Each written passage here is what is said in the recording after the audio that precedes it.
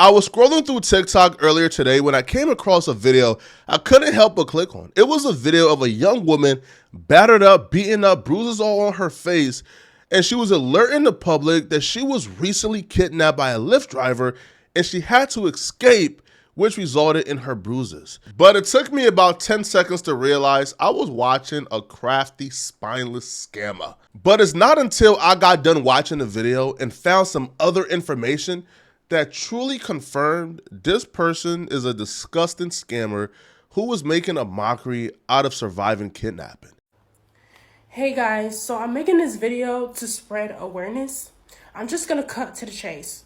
Yesterday, I almost died jumping out of a moving lift because the Lyft driver was trying to kidnap me. I'm more insulted. They didn't even take the time to learn all the lines in their head. They're literally reading from a screen. This is disgusting. So, I work at the Clinton Outlets in Connecticut. If you live in Connecticut, you know the Clinton Outlets is Exit 63. I live in New Haven, Connecticut, which is about 30-minute ride. When I got a female driver, I was so happy, y'all, so happy. And the crazy thing about it is Lyft had gave me a female driver, and then Lyft switched it and gave me another female driver because she was closer. Yesterday, Lyft gave me a notification saying, okay, your ride is outside. So, I got my things ready, got my bag. I went outside. The license plate, the car, the driver, everything matched the picture on Lyft. Everything was correct. Okay, the driver, she had like this accent. I can tell she was foreign. Before we got off exit 63, she was on the phone with some man. And she was like explaining to them what I was wearing. I didn't think too much of it because first she was speaking another language. This is where she makes one of the biggest mistakes in her script. Now, up to this point, the script is phenomenal. It's descriptive. It gives us a great imagery. It's taking us through everything. It's a great story. And then she gets to this point where it just don't make sense. And it's just outright comical that she would even try to push this off on us. So she states the woman is speaking in Turkish, so she don't understand what the woman is saying. And the woman is purposely doing this to obviously disguise what she's saying, so she could plot on the phone. And then all of a sudden, when the woman is speaking in Turkish the entire time, so she don't know what she's saying, when it comes to the most crucial point where she is describing the victim, describing her and everything she's wearing and how she looks, the woman all of a sudden switched to English so she can hear what she's saying. I don't know what she was speaking on the phone with this man. The language she was speaking, it sounded like she was from the Middle East, but she said something in English when she was on the phone with the man, which is weird because she was speaking another language, and then all of a sudden she started to say dark skin, red sweater. When she said red sweater, dark skin. When she said red sweater, dark skin, I had on a red sweater and I'm dark skin. This has to be one of those sloppy licks to where she needed rent by tomorrow and just came up with this story on the fly because this whole thing is just sloppy. First off, nobody is going to be speaking Turkish to hide what they're saying as they're trying to set you up so you don't know they're trying to set you up. And then when it gets to the most crucial point, which is identifying you, I'm assuming for when they get to their destination so the kidnappers know who to pull out and who to get, then all of a sudden they're going to describe you perfectly in English so you can hear them describing you and alert you. Be for real, man. So she was describing whoever she was on the phone with. She was describing me to that person, what I was wearing, how I looked, which was weird. I did not think too much of it because I was about to be to work. I was almost to my destination. So you know what? Even though I was nervous, I'm like, okay, I'm gonna just let God handle the rest. I'm about to be to my destination. I'm gonna just let her take me to my destination. I understand what's going through your mind right now. You're probably like, Flacco, it's still 50-50, man. Believe all victims. I don't know, man. I haven't seen nothing yet that makes me think she's 100% lying.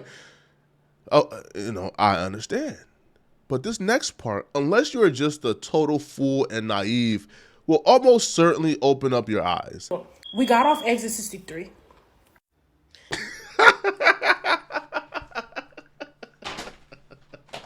Okay, so I'm back to finish the story. I'm so sorry, y'all. I could not finish the video the other day. At this point in the story, if you still believe this, there's no hope for you, bro. You're just naive and a fool. But she starts off by saying, I had to turn off the video. I had to stop making a video the other day because it was just too traumatizing, which is her explanation for the cut. But then in the edit, she puts 2 months later. And we will find out later on exactly why this crafty scammer put in the edit 2 months later, even though she filmed that video the other day. She got it right the first time. She filmed the video the other day. There was a cut. And you know why? There's a multitude of other reasons for why she could have done it. And I can almost guarantee you trauma wasn't one of them. Make no mistake about it, the only reason she included the first half of that video was to manipulate you and pull on your heartstrings in order to take advantage of you and exploit you, or probably to scam you. Because if this was truly a victim, they would have filmed a new video with a clearer point of view, explaining the full story and just including picture proof of everything, like the police report, them in the hospital, etc., etc.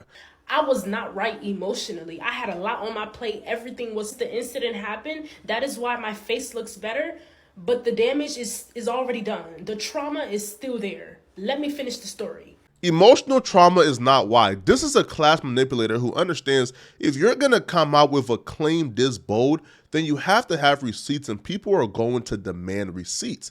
And because you don't have receipts, you don't have a police report, you don't have the ambulance of you in the ambulance, you don't have nothing of you in the hospital, you don't have the lift exchange, you have nothing. And because she knows these receipts would be almost impossible to produce because she's lying, she decided she was going to include a first half of her survivor story where she includes a video of herself from 2 months ago when the incident first took place.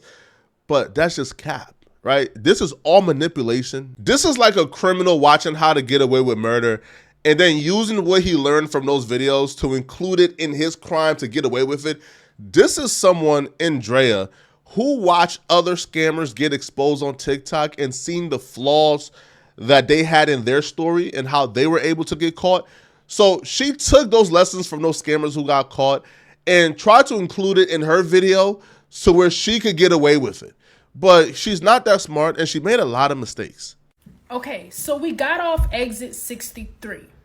The Lyft driver, she had to turn left to get to my destination once you get off exit 63.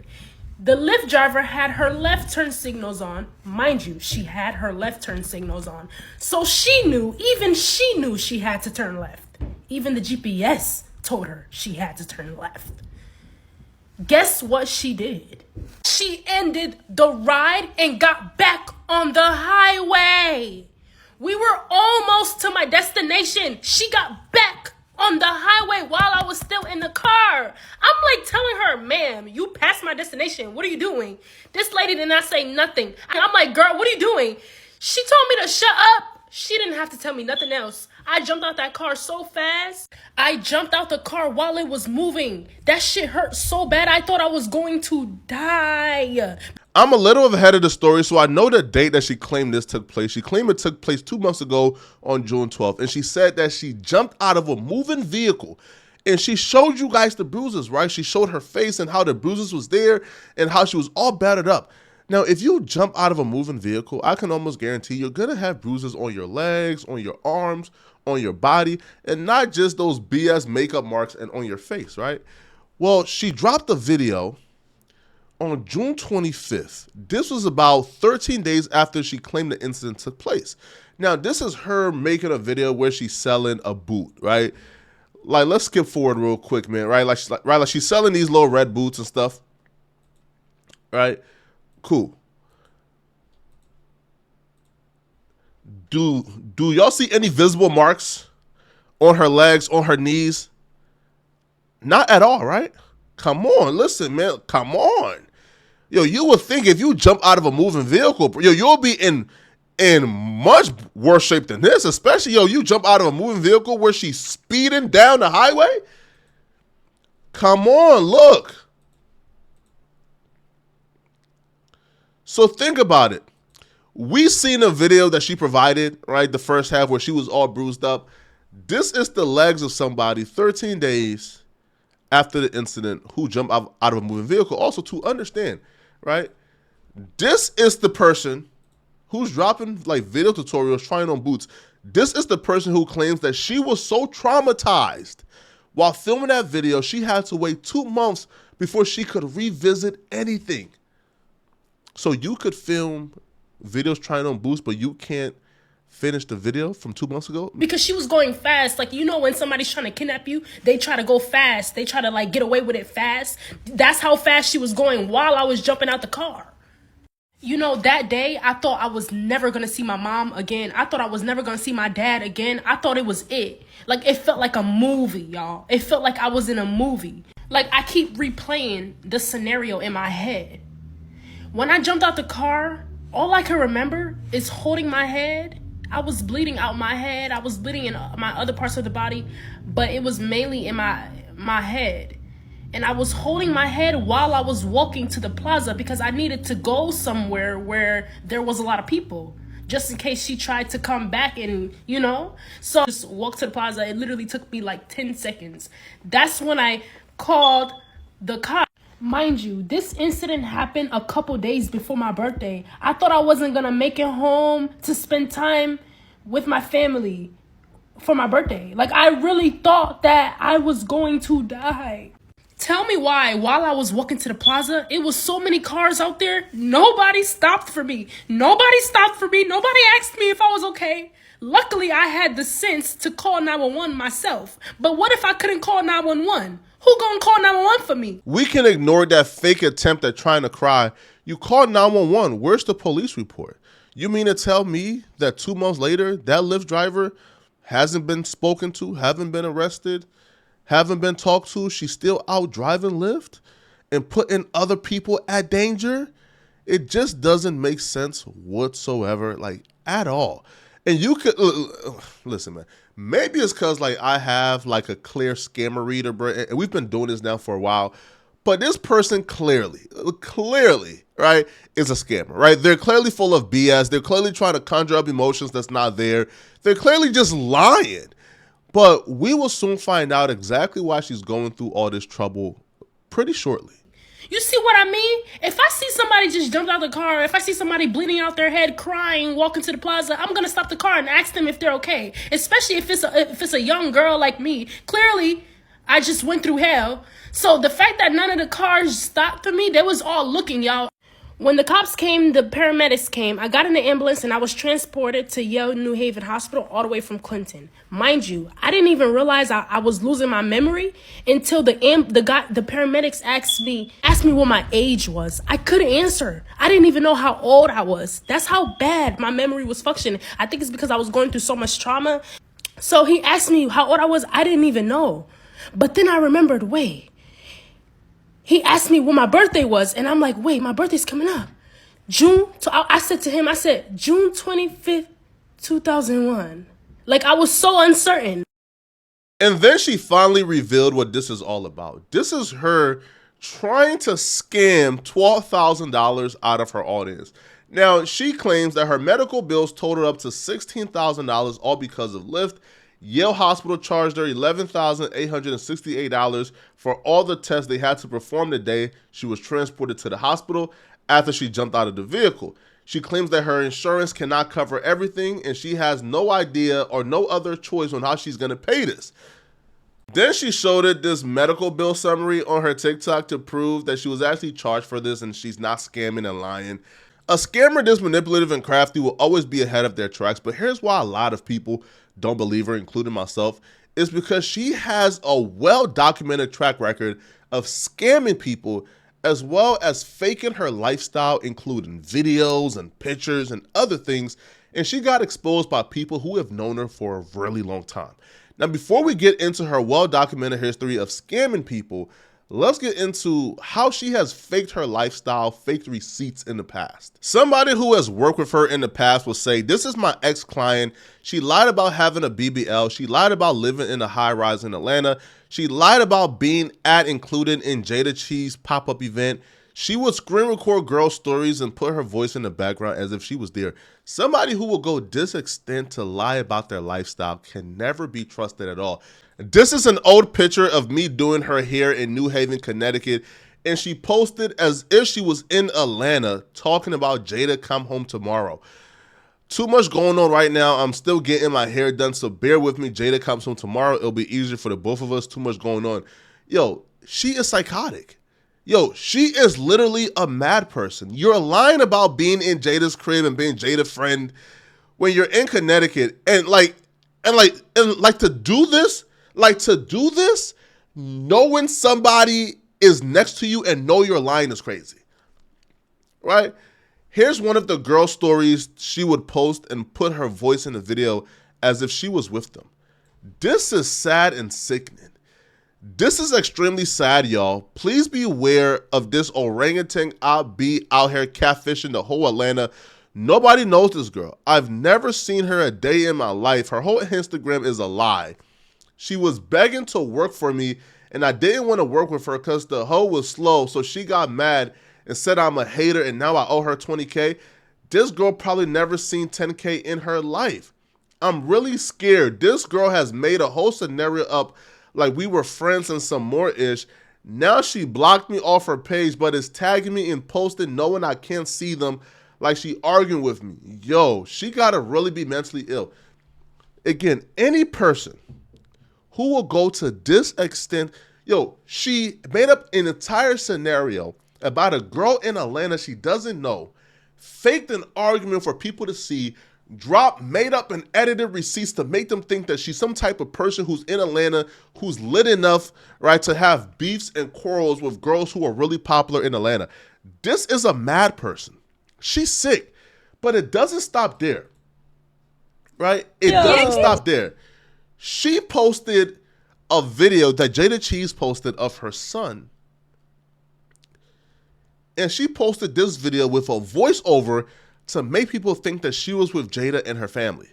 Whole time she's in Connecticut. Yeah, good job, little penguin. Loyal, you showing off for the girls? Oh, yeah. This is scary. Somebody who will go to this lengths, fake receipts, plan like 12 steps ahead, plan things out 2 months in. Yo, this is the person that's sick and diabolical. And anybody who will go to this extent, make up these receipts, right? Like plan things out ahead to make it seem as if like they're with Jada or they're with girls in Atlanta. Whole time they're in Connecticut and they've never lived in Atlanta. It's crazy and insane. But it doesn't just stop here. This person is a scammer, an absolute full-fledged scammer. Another woman came out and told her story about how she scammed her when she was in the hospital for $1,300 through this fake investment scheme. So usually I don't do this. I grew a lot. I'm not drama or nothing like that. But I just can't sit and watch. This came to my spirit. I can't sit and watch somebody scam people that I know is a scammer. This girl, when I was sick in a hospital in ICU, she scammed me for $1,350. I have proof, messages, everything. She's a scammer. She'll do anything, say anything to get $1. I mean, say anything. She will do anything. Like, she's sold me these same stories before and scammed me out of $1,350.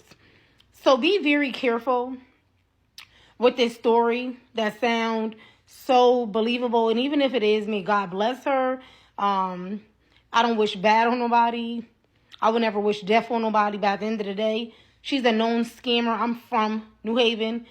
So she make a fool like, TikTok and social media. But I know her personally. And she's known for scamming. Plenty of people could back this up. Plenty of people know her. And if y'all go down to my page from like 2 years or last year, you will see that I have blasted her before for scamming. Like, this is what she's known for in New Haven. She owe a lot of people money in New Haven. So she created this fake investment thing where she promised people if they gave her money, she would give them an X amount on whatever they gave her. Now, people from her small town believes, that she was in Atlanta, she was doing big things, so she wouldn't need to scam for some petty change like $1,300, right? Wrong. She was actually still in Connecticut scamming people. Now, here's the thing with this chick. She would admit in these messages that I got that she is doing other scams as well, sort of like card cracking and car scams. Y'all can pause to read it all, but she started off by saying that she can't pay the girl back because, she got COVID and she's sick. And then it starts off by saying, hey, sis, I'll pay you on Monday. And then it starts off with saying, yo, I will pay you on Friday. And then eventually it goes to, yo, I will pay you on the 7th. And then the 7th came, and now she's talking about, hey, listen, man, I got some methods. we scam cards. I'll pay you once the methods go through and once I can scam you the cards. Or listen, I got a homie who can scam you 3 iPhones. They can give you the iPhones, and like you can resell the iPhones. But obviously it's a lie and a scam, because if you got 3 iPhones, why don't you just sell the iPhones and then give her 1350 back? It's crazy to think that people like this exist. Just going around causing a lot of pain and havoc in people's lives, yo. She scammed her entire hometown. Now she's trying to scam the internet. At this point, if you still believe it, bro, then there's something wrong with you. But like, here's the bad part about this. Like, chances are, 99% of the time, people like this will get no consequences, no punishment, no remedy, other than maybe some social media backlash. But she don't even have a big social media page, so she's not really gonna get fix the boot of it, right? Because for example, she has like 6,000 followers on TikTok. All right, even if she gets canceled, that does nothing, right? Because she wasn't making money on social media in the first place outside of this particular scam here. Y'all let me know in the comment section. What do you guys think about this? All right, you guys believe her or y'all think she's scamming? Let me know. And if you're still watching, click on this video right here to find out how Nipsey Hussle's brother revealed the exact reason why he was set up to be killed. Click on this video right here to find out what I'm talking about. I'm out of here, folks. Peace.